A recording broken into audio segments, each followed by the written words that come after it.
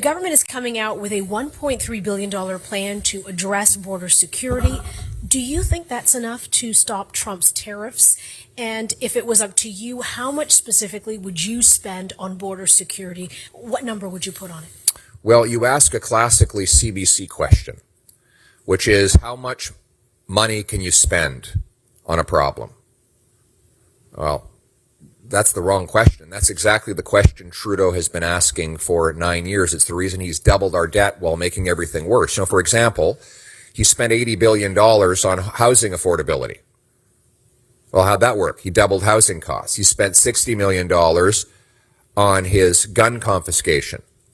0 guns. He spent millions on a school food program that hasn't served a single solitary meal.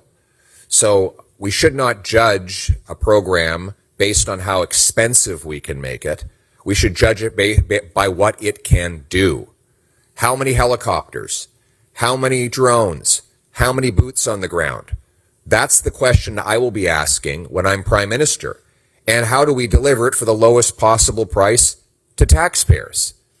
Wouldn't it be nice if we had a Prime Minister who said, we secured the borders, we put more boots on the ground, we stopped tons and tons of fentanyl from traveling back and forth, we arrested the terrorists, we shut down the organized crime, we reduced gun crime, and by the way, we did it with less tax dollars.